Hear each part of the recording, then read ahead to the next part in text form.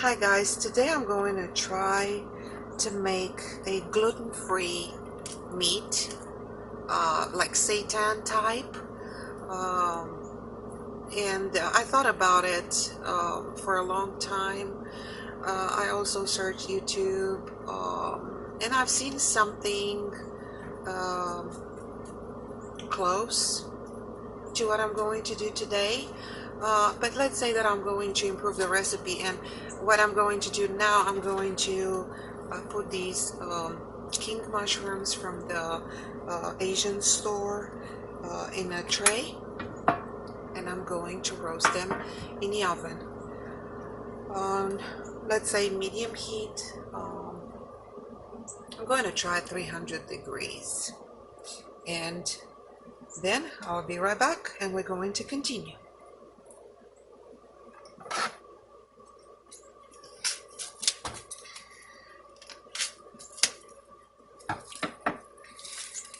What I have here is some oil that is first cold pressed, and it is from Lebanon. We're going to pour some in a pan.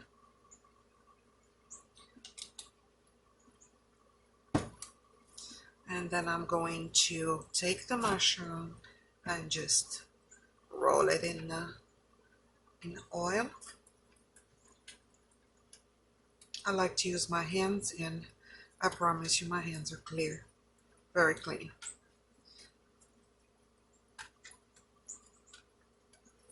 I'm not gonna put any type of spices, just oil.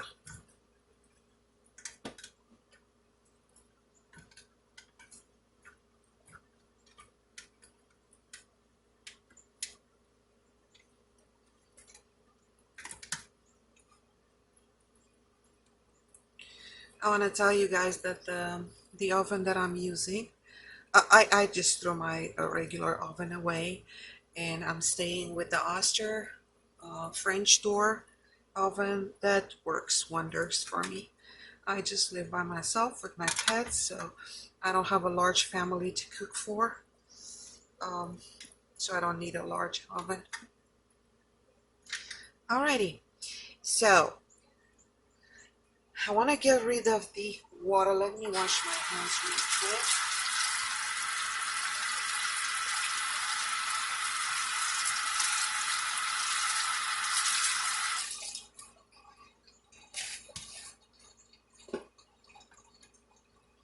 I want to get rid of the water pretty fast. So what I'm going to do, I'm going to take a fork and just stab the poor mushrooms.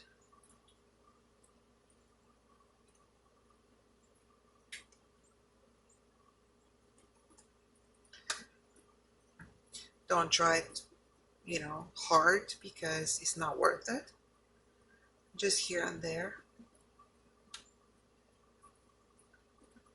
Alrighty, and next step, I'm not going to use any type of metal on top, and as you will see, I'm using an enamel pan. I don't use non-stick. I am totally against Teflon. So I'm going to take wax paper,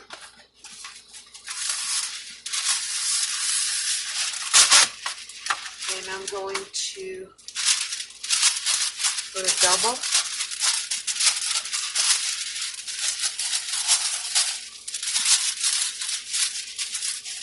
layer,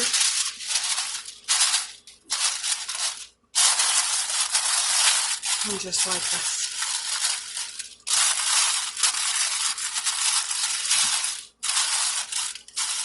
And then I'm going to take the fork again, and I'm going to make holes, because I want the steam, the water, I want it to get out.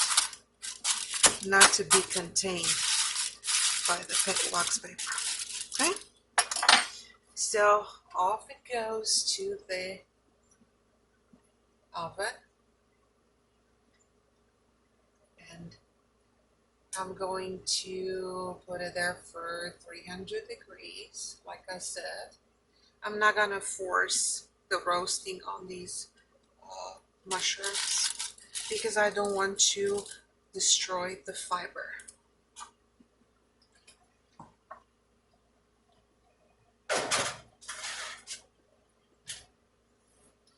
So I'll see you in about 30 to 45 minutes. Okay, so I took them out the oven. There we go, a lot of water. What we're going to do now, we're going to shred them. Gonna grab a fork.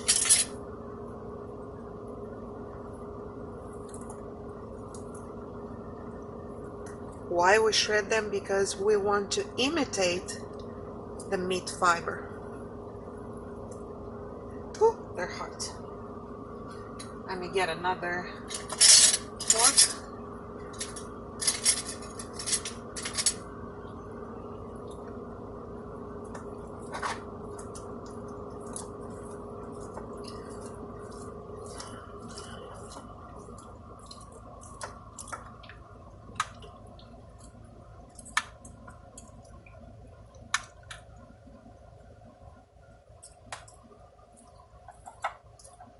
And this water I'm not going to throw away because we might need it when we make the combination with flour. It's going to be a gluten-free flour.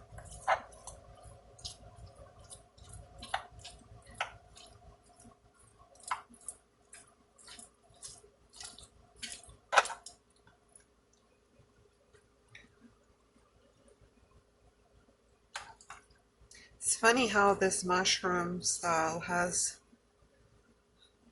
you know, it's like muscle fiber.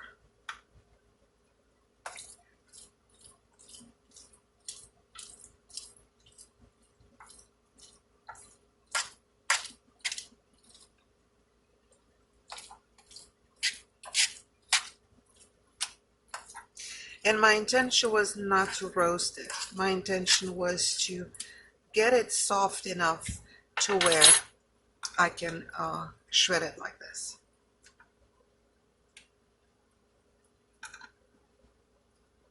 It smells wonderful. It really does. When I went to the Asian store, the owner of the store told me that if you eat king mushrooms, don't slice them like this, slice them lengthwise, because lengthwise they have a lot better taste. Haven't tried it, but I can tell you by the way they smell now. They smell beautiful. When I first ate them, I sliced them like, you know, small chunks. I wasn't very happy with the taste and the smell, but now they really, really smell awesome.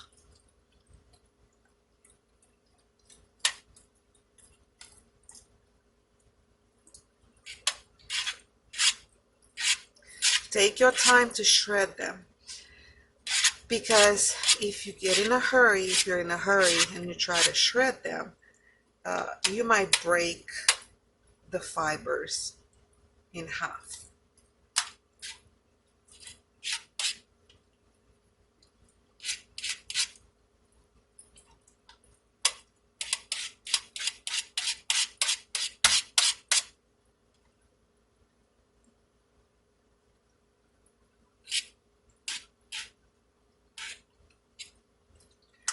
Alrighty, that's one half.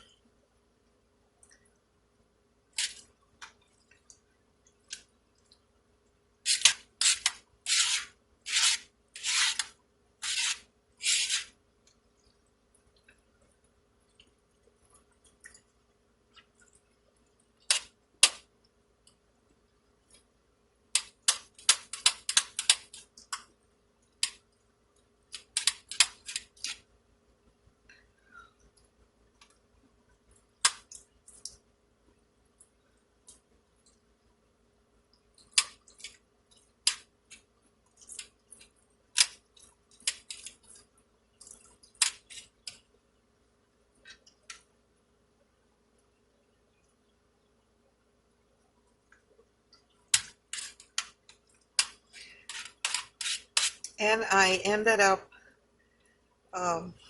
baking the mushrooms for about 40 minutes at 300 degrees. So the fiber is not soft. It's still like a, let's say, like a muscle fiber.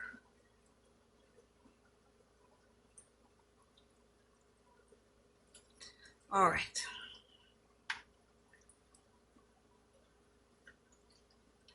Gonna try to maintain them like lengthwise.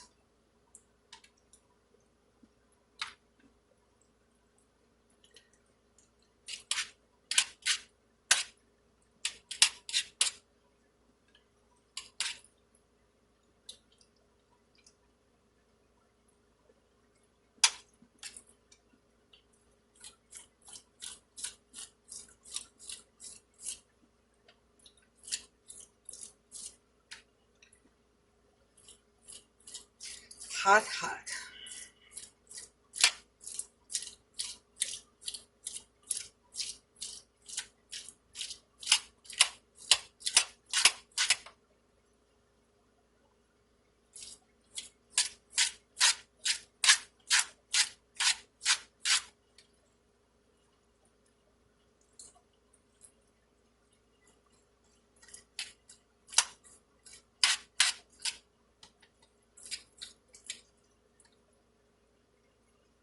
And I kid you not, smells almost like chicken.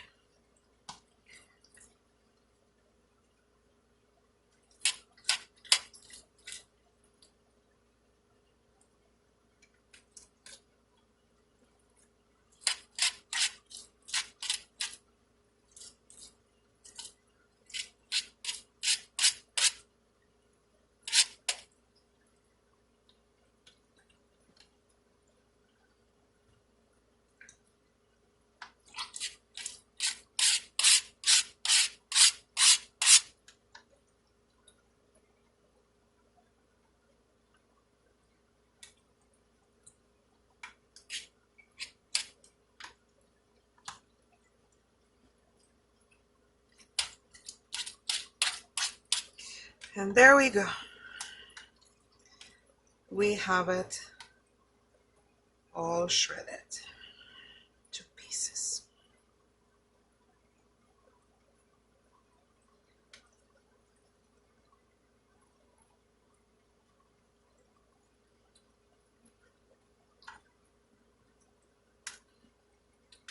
What we're going to do now, we're going to use the same small tray to add, excuse me for a moment, I need to wash my hands.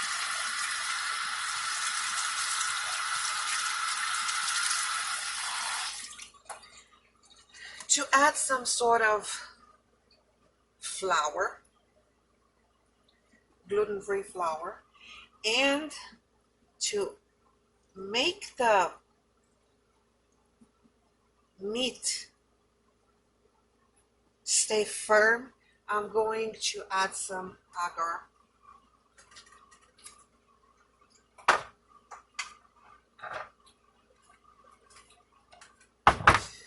Here we go. This is the agar.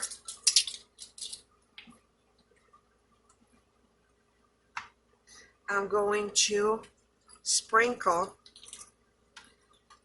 a tablespoon of agar.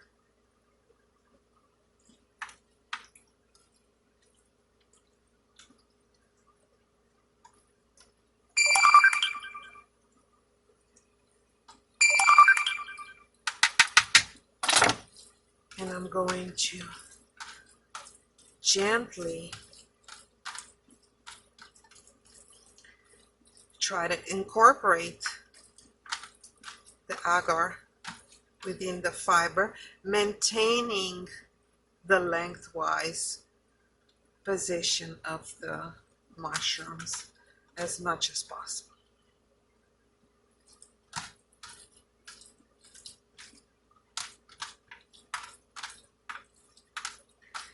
So you see the water that was in here was absorbed. And now what I need to do is just to add the flour. Let it rest for a little while.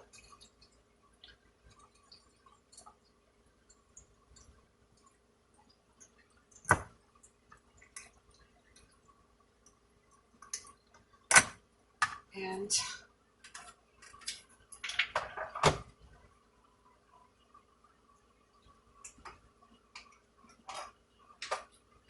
I'm going to sprinkle about a tablespoon,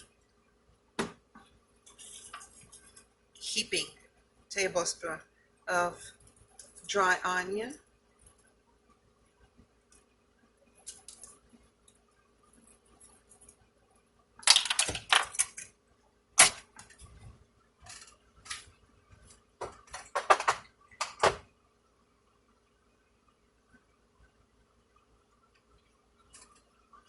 I'm going to crush a little bit of garlic. I have here peeled fresh garlic. Let's say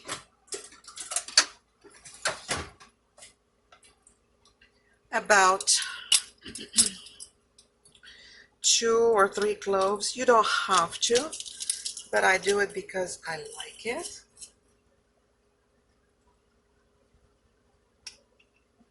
I might put even more than 2 or 3 since I like garlic so much. So this one is the second one.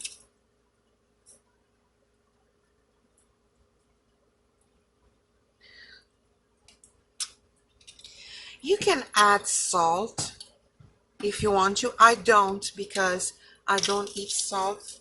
I cannot eat salt health-wise.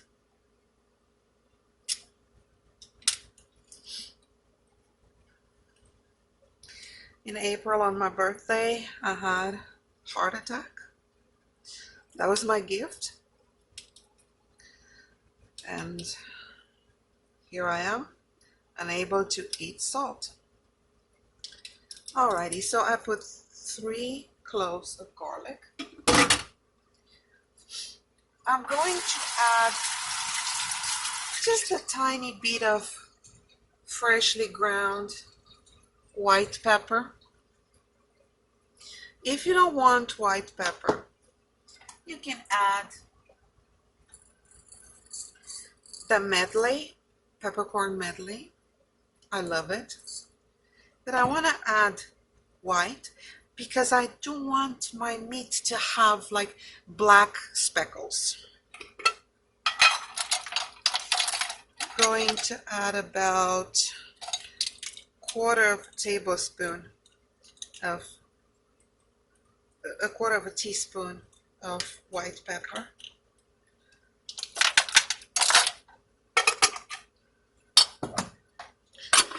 And now the treat that I love immensely, and I recommend it to everyone.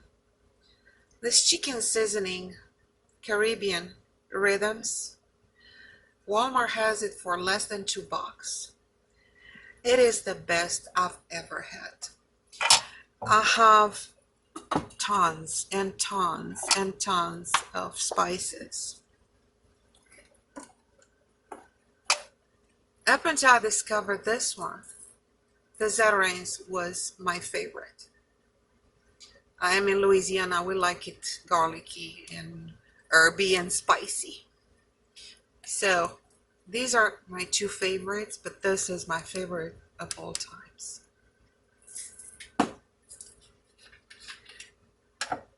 So I'm going, it has a chicken taste to it. This one, it doesn't. This one has probably the curry, the turmeric, and all the goodies that create the chicken taste. So what I'm going to put here, I'm going to put a half tablespoon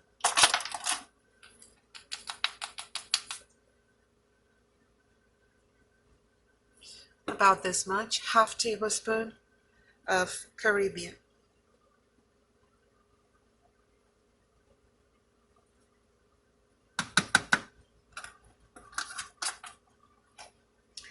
What else I'm going to add here?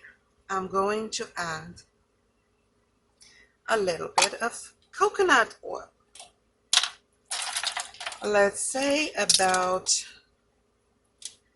a tablespoon. There we go. A teaspoon, I'm sorry, of coconut oil. And now we're ready to get to the flour.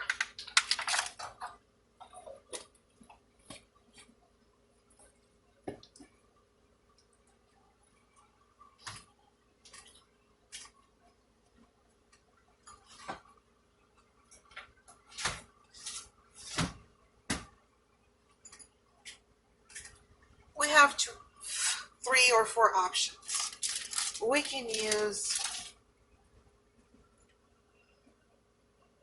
chickpea flour. We can use rice flour. We can use tapioca. What I would add here, I would add the chickpea flour because it's a little bit yellowish, and to me it helps get into a chicken taste better than other flours. But before we do that, I got some rice paper and I cut it lengthwise. This is a sheet of rice paper. And what I'm doing now, I am just mixing it, keeping the shape lengthwise of the mushroom mussel. So I am just adding it in.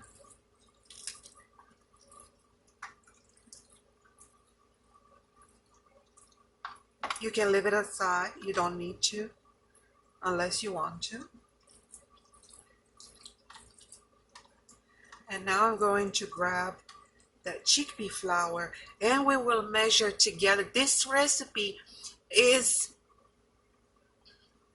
forming as we go through it.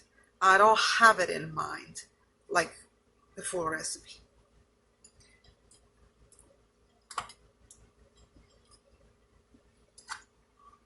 I'll wash my hands.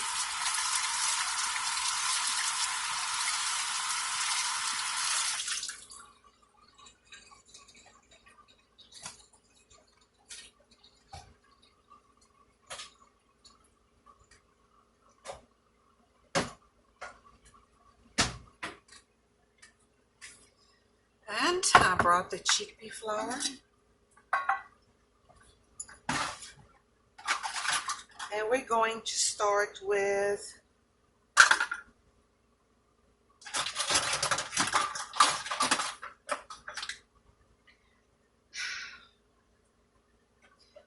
a third of a cup. And let's see where it takes us. So this is a third of a cup of chickpea flour.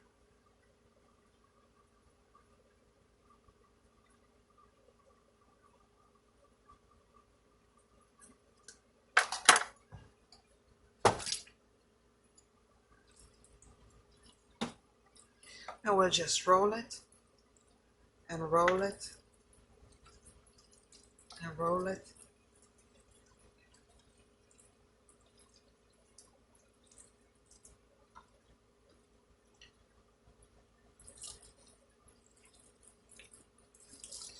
Until we get to some sort of consistency.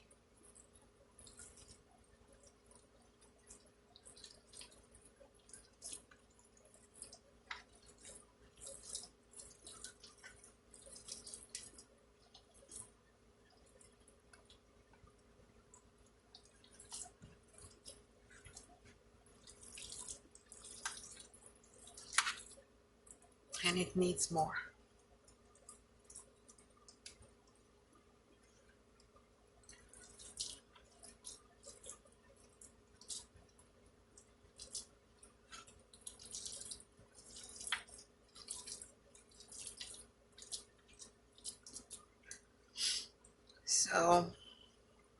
I gather that I need to add 2 more thirds of a cup, so that's gonna make a full cup of chickpea flour.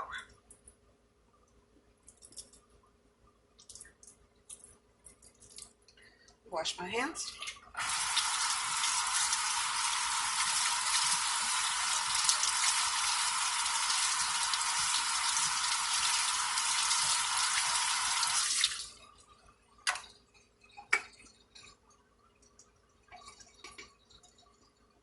This is another third of a cup.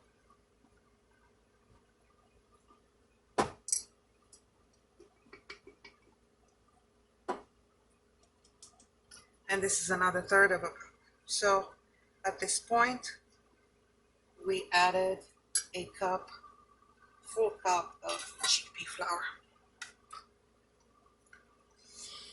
I will have to probably grease my hands with coconut oil.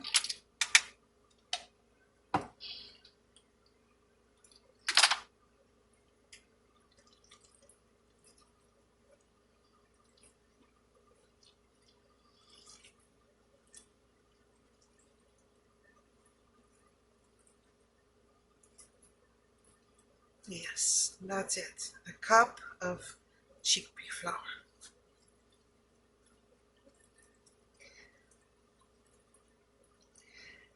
And after we finish here, we will be steaming it in the pressure cooker. And don't forget that the mushroom still has water in it. And it's gonna let some water out, and that's going to make the chickpea flour absorb it.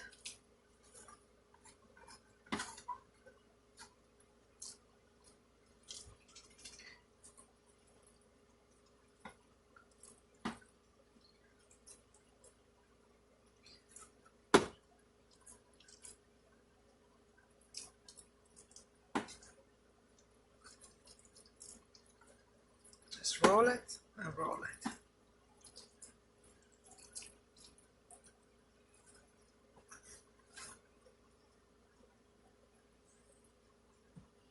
It's getting messy, I know.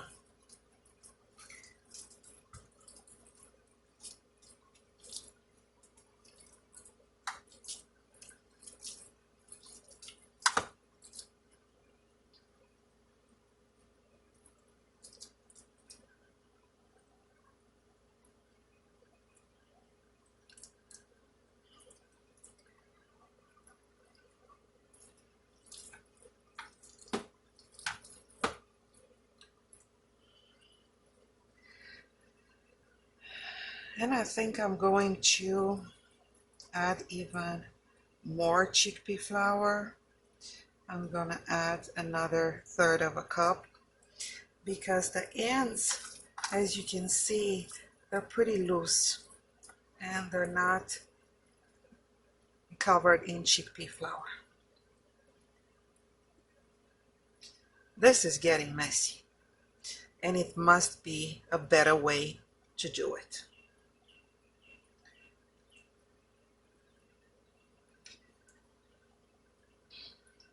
Which I'm going to try in a moment.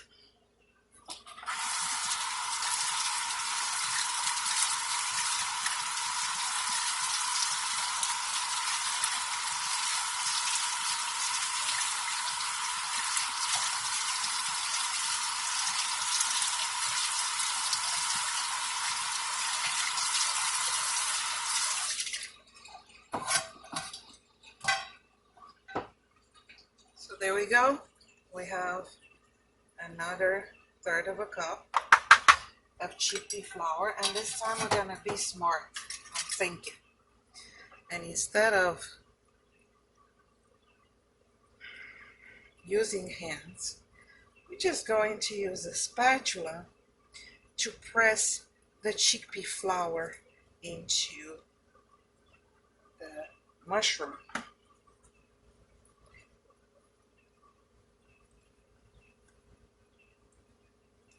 and it's getting pretty solid, and this is what we want. We want it to be solid. We're gonna flip it so we can add flour on all the sides. So remember, this is gluten-free, and that's why it's getting so messy. If I had vital wheat gluten, none of this would have happened.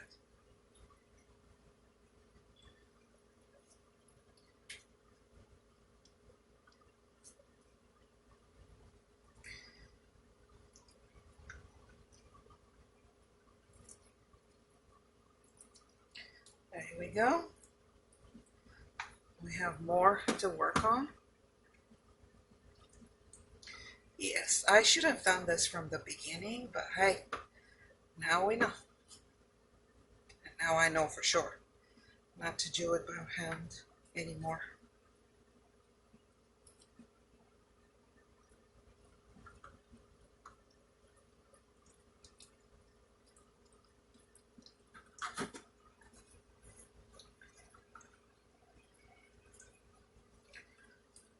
Okay.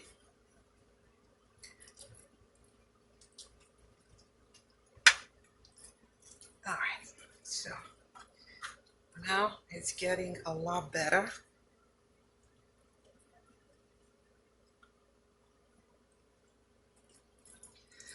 And we're going to roll it now into parchment paper, and after which we're gonna roll into aluminum foil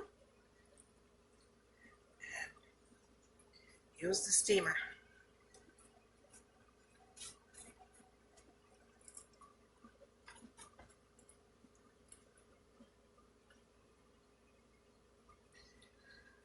All right.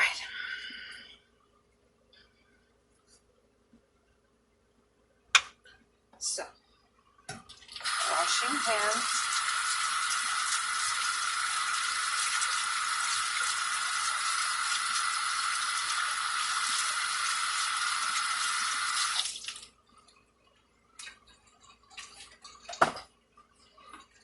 And I'm getting the parchment paper.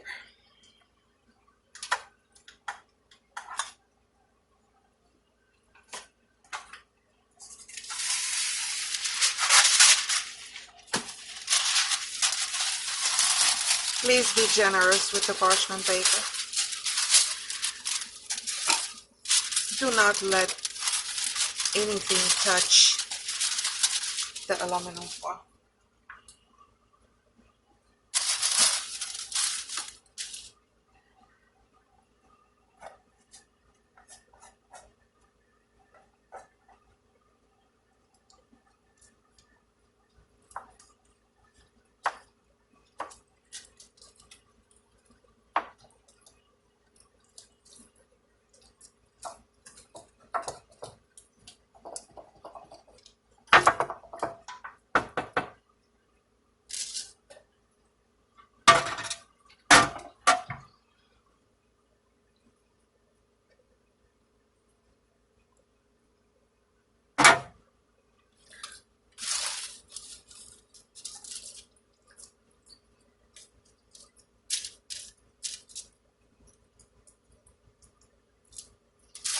Okay, here we go.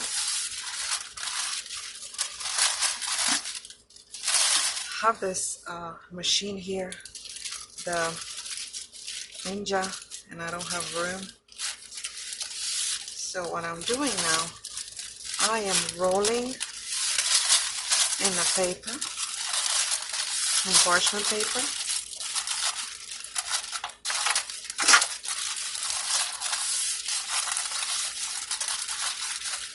And I will try to squeeze it to stay together as much as possible.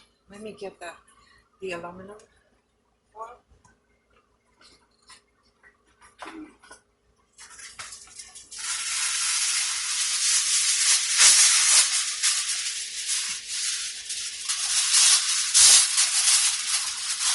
shiny part inside.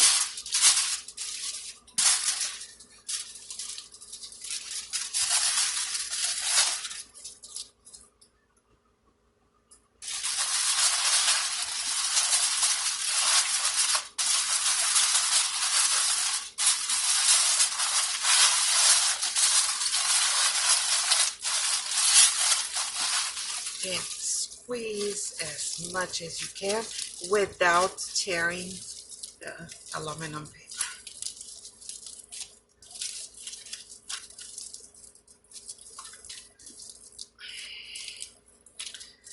Okay, there you go. We'll let it rest a little bit, probably 15 minutes, and I'll be back.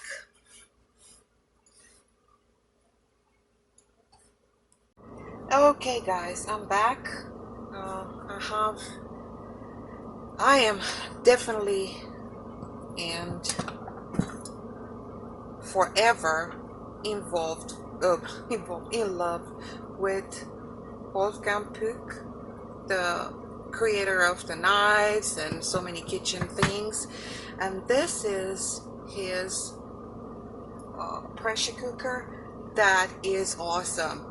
It has a timer of 90 minutes, and after the cooking is done with, the pot goes into warm mode, so your food never gets cold in case you're not at home. The pressure cooking ended and you come back like within 5 or 6 hours, your food is still hot. So I'm going to place the roll on. Let me show you what I got for this. On a steamer rack. I don't let it touch the water or the water touch it, and the seam where the aluminum foil is ended is at the top. So, and the sides are also at the top, so the water has no way of getting inside. And now we put it in the pressure cooker. I'm going to pressure cook it for 90 minutes. That's how I do it. You don't have to. You can put it like 60 minutes and that should be enough. But I do it 90 minutes every time. I'll see you in about 2 hours. So I am back. Let's see what's going on inside this package. I let it cool down just for like 15 minutes. It's still very hot. It seems like it's pretty soft. I hope it's not a blob.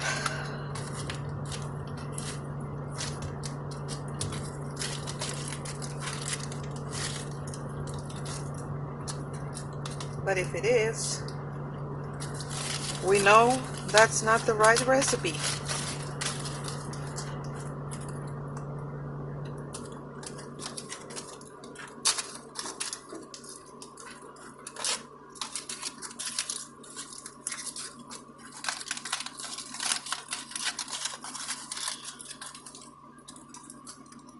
It's very, very hot. Maybe I won't be able to shred it right now. Maybe we need to wait a little bit longer to cool it down.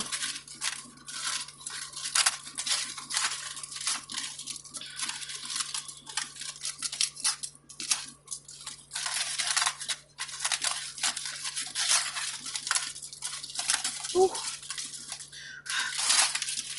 Very, very hot.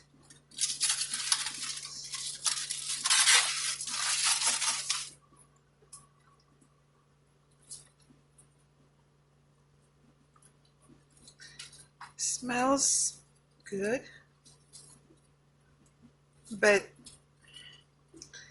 all these fake meats I've noticed, you know, they smell good, but they never taste as good as they smell.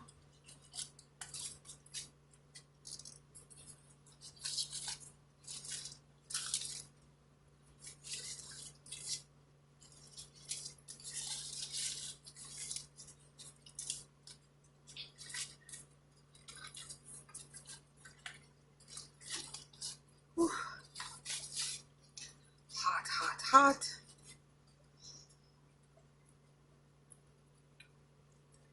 See the steam coming up. Ooh.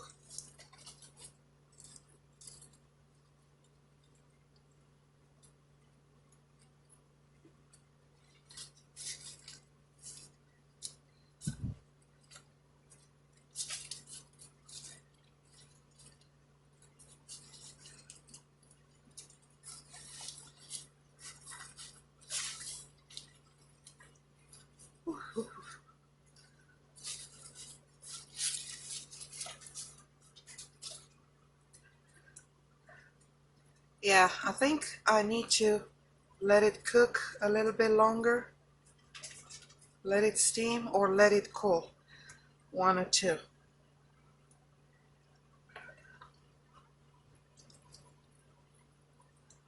Unless, there you go.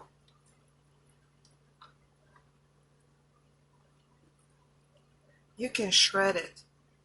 See?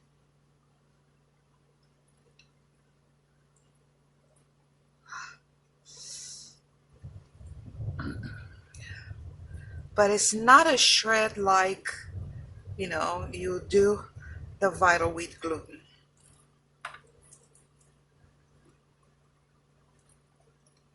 Oh, I cannot even work with it. It's that hot.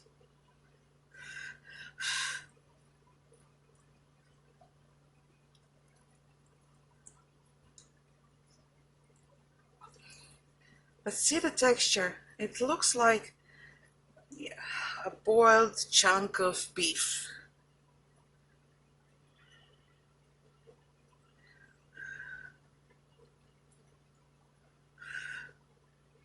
So in this case, what I would do, I would just chop it, because whatever fiber you have, it's gonna be inside the chopped part. Okay.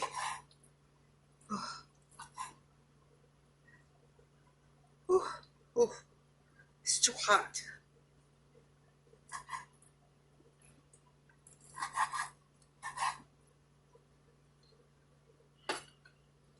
Gonna leave half of it aside to see what it looks like when it cools down completely.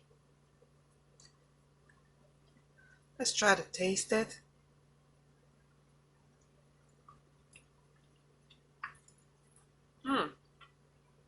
It tastes very good, but it doesn't taste the way it smells.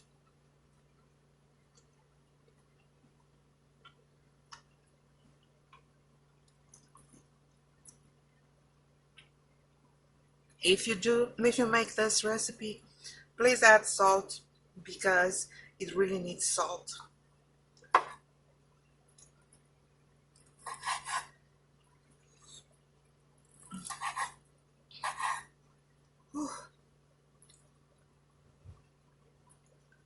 Yeah, I would not try to shred it. I would just cut it the way it is, right? In pieces.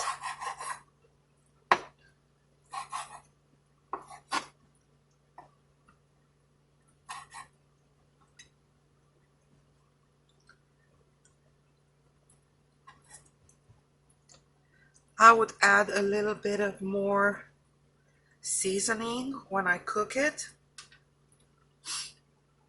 And this is it.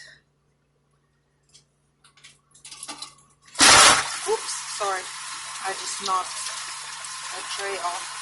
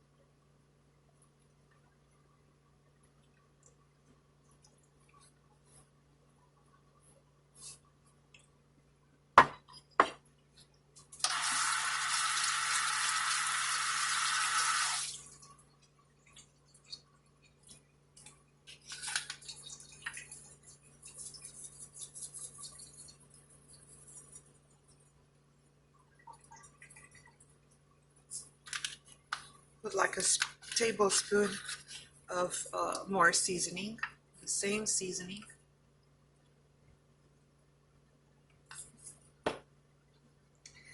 And this is it.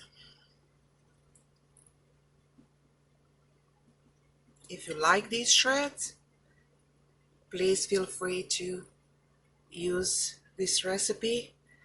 Just look at it.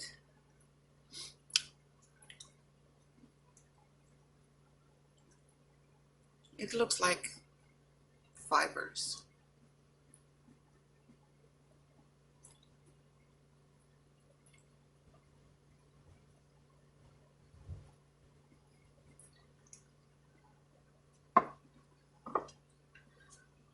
Please let me know your opinions down below. If you want to follow my recipes, please subscribe and please share. Thank you and have a great day and great cooking ahead. Bye.